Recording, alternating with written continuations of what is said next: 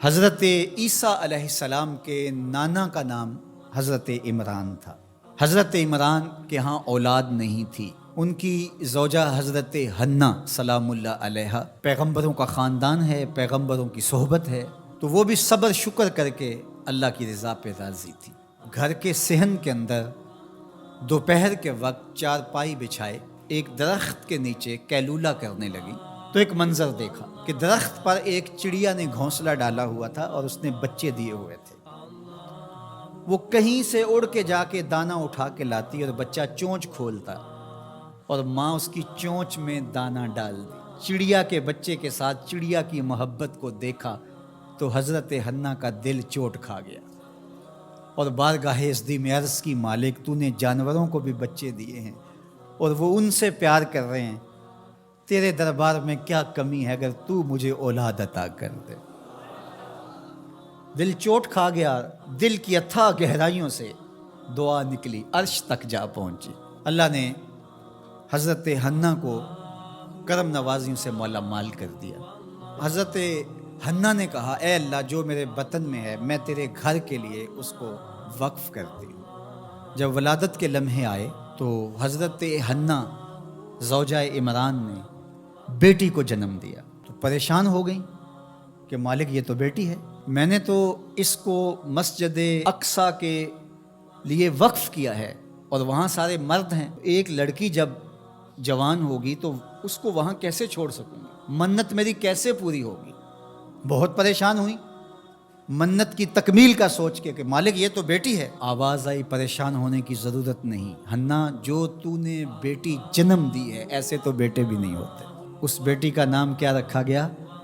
مریم سلام اللہ علیہا۔ بیٹی جوان ہو گئی تو منت یاد آئی کہ اب اس کو بیت المقدس میں ہم نے وقف کرنا ہے۔ پریشانی ہوئی کہ اب 300 حجرے ہیں جن میں مرد ہی مرد ہیں، ایک تنہا عورت کیسے وہاں رہے گی۔ تو یہ سوچا کہ کوئی بوڑھا بزرگ ہو جس کی کفالت میں ان کو دیا جائے تو وہ ان کی دیکھ بھال کرے، ضروریات کو پورا کرے۔ تو بہت سارے لوگ اس سعادت کے لیے تیار ہو گئے۔ پھر قرعہ ڈالا گیا، قرعہ فال نکلا حضرت زکریا علیہ السلام کے نام۔ اللہ کے جلیل القدر پیغمبر اور رشتے میں خالو بھی لگتے تھے، کہا یہ سعادت میرے ذمہ رہی، اور چونکہ ان کے ہاں بھی اولاد نہیں تھی انہیں کہا ٹھیک ہے ہم اسے بیٹی بنا کے اس کا خیال رکھیں گے۔ حضرت زکریا علیہ السلام نے ایک حجرہ مختص کیا حضرت مریم کے لیے اور ان کی ضروریات کو پورا کرتے، کھانا دیتے۔ جب کہیں جانا ہوتا تو حجرے کو باہر سے تالا لگا کے چلے جاتے، افطار کے وقت یا رات کو گئے ہیں تو سحری کے وقت پھر آ جاتے۔ ایک دن حضرت زکریا علیہ السلام تالا لگا کے کہیں گئے کام، واپس آتے ہوئے دیر ہو گئی اور افطار کے لمحے گزر گئے، بہت پریشان ہوئے تو خیر سامان لے کے تیزی سے پہنچے اور آ کے دروازہ کھولا، وجد عندہا رزقا، تو دیکھا بے موسم پھل پڑے ہوئے ہیں۔ حیرت تو یہ تھی کہ پھل ہیں، دروازہ مقفل ہے، باہر سے کوئی اندر نہیں جا سکتا، اندر سے کوئی باہر نہیں آ سکتا، پھل کیسے آئے؟ پہلی حیرت تو یہ، پھر پھل بھی بے موسم۔ قال یا مریم ان لک ھذا، اے مریم یہ کہاں سے آئے؟ قالت ھو من عند اللہ، کہا یہ میرے اللہ کی طرف سے آئے، یہ مجھے میرے رب نے دیے ہیں۔ ان اللہ یرزق من یشاء بغیر حساب، وہ جس کو چاہتا ہے بغیر حساب کے عطا کرتا ہے، اس کے لیے کوئی مشکل نہیں ہے۔ جو ماں کے پیٹ میں بچے کو رزق دیتا ہے، انڈے میں چوزے کو رزق دیتا ہے، وہ حجرہ مریم میں مریم کو رزق نہیں دے سکتا؟ اب حضرت زکریا علیہ السلام کا ذکر آپ نے سنا کہ ان کے ہاں اولاد نہیں تھی، اور عمر کتنی ہو گئی تھی؟ 120 سال، اور آپ کی زوجہ کی عمر 100 سال ہوگی، تو اب تو امید بھی ختم ہو گئی اولاد کی۔ لیکن جب بے موسم پھل دیکھے نا تو اندر چھپی ہوئی امید کی موہوم سی جو چنگاری تھی وہ بھڑک اٹھی، اور حضرت زکریا نے ہاتھ پھیلا لیے، ہنالک دعا زکریا رب، مالک جب تو مریم کو بے موسم پھل دے سکتا ہے، میرے شجر عمر پر اولاد کے آنے کا موسم بیت گیا ہے، لیکن مالک کیا تو مجھے بے موسمی اولاد نہیں دے سکتا؟ حضرت زکریا وہیں کھڑے ہو کے دعا مانگنے لگے۔ معلوم ہوا جہاں رحمتیں اترتی دکھائی دیں وہاں دعا مانگی جاتی ہے۔ ہم جب اللہ والوں کی قربت میں جا کے اللہ سے دعا مانگتے ہیں تو کچھ لوگ معترض ہوتے ہیں کہ اللہ تو ہر جگہ موجود ہے، یہاں کیوں مانگ رہے ہو؟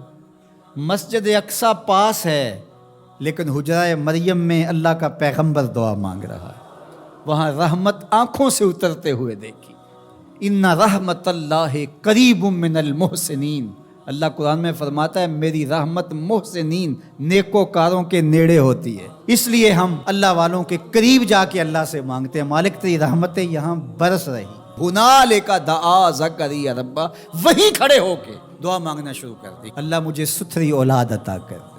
پھر کیا ہوا کہ کہا گیا یہاں دعا کیوں مانگ رہے ہو، میرے گھر میں آؤ۔ کہا گیا نبی ہو کے ولیہ کے حجرے میں دعا مانگ رہے ہو، تمہیں کچھ نہیں دیا جائے گا؟ نہیں، سنو قرآن سنو۔ فنادتہ الملائکہ، فرشتے آ کے پکار کرنے لگے۔ کب؟ وَهُوَ قَائِمٌ يُصَلِّي فِي الْمِحْرَابِ، وہ حجرے میں کھڑے ابھی دعائیں مانگ ہی رہے تھے، فرشتوں نے آ کے ندا دی، کیا؟ ان اللہ یبشرک بیحییٰ، اے زکریا تمہیں مبارک ہو، ہم تمہیں یحییٰ عطا فرمائیں گے۔ اولاد مانگی ہے تو یحییٰ ملے گا، لیکن اکیلی اولاد نہیں مانگی، ذریۃً طیبہ، ستھری اولاد مانگی ہے، پاک اولاد مانگی ہے۔ تو مصدقاً بکلمۃ من اللہ وسیداً وحصوراً ونبیاً من الصالحین، جو بیٹا دینے والے ہیں وہ کلمت اللہ کی تصدیق کرنے والا ہوگا، سردار ہوگا، عورتوں سے الگ رہنے والا ہوگا، اور پیغمبر ہوگا، صالحین سے نبی ہوگا، یہ شانوں کا مالک ہوگا، فوراً دعا قبول ہوگا۔